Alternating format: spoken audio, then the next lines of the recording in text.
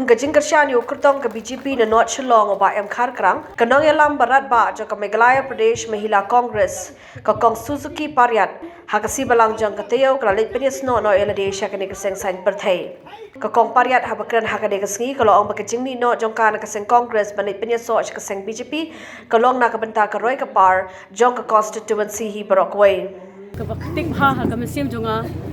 habangayu iya ka 70 not Shillong man badan ki jing kulumar apar badan kini ki lockdown tang ka 70 not Shillong ka beshi sha khang bet ki bre ki badan hakani ka constituency ngimla ban mi shabaru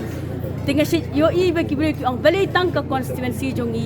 isha ikini ki jing jinja haba ki we ki constituency ki yo ban mi ki ai ki ka por arkenta lai kenta yangi bade ngisha khang diki dagam baklam ga diki bon banai tika simjing e bhai ki tinga phai bade bale nga phai shi ka BJP nga perkhat ba habangai i khat isar khat kerang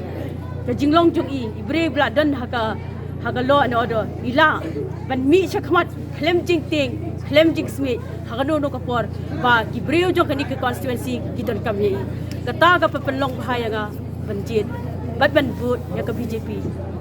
atau ka jingjit jing BJP kali tengah raw i ba khar kerang ka jingjit nga ya ka BJP kalong ba nga kwa ya ka development ngayo i haba phiyat hamat fran phi tiki pai kom phi tiki nala phi ki jing jabo ka jing dum lenter ki surok jadi kata kada haba ngaya chaki wei ki khapsor haba ngaya chabo ki ga hati ngai ki jing shai barok saudong ba chaki wei ki area ki bon ki jing shai beli hanot Shillong ngam ni kum kita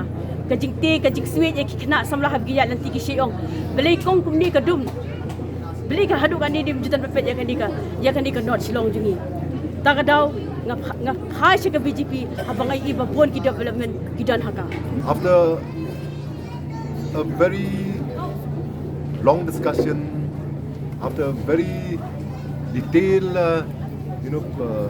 looking at the pros and the cons she ultimately decided to join the BJP she's not only a party worker she's also a social worker she's been involved in a lot of social work especially when it comes to dealing with the economically and financially weaker sections of society. She's a very well-known figure here and all the surrounding areas. And her vision is only to see that our beloved state develops.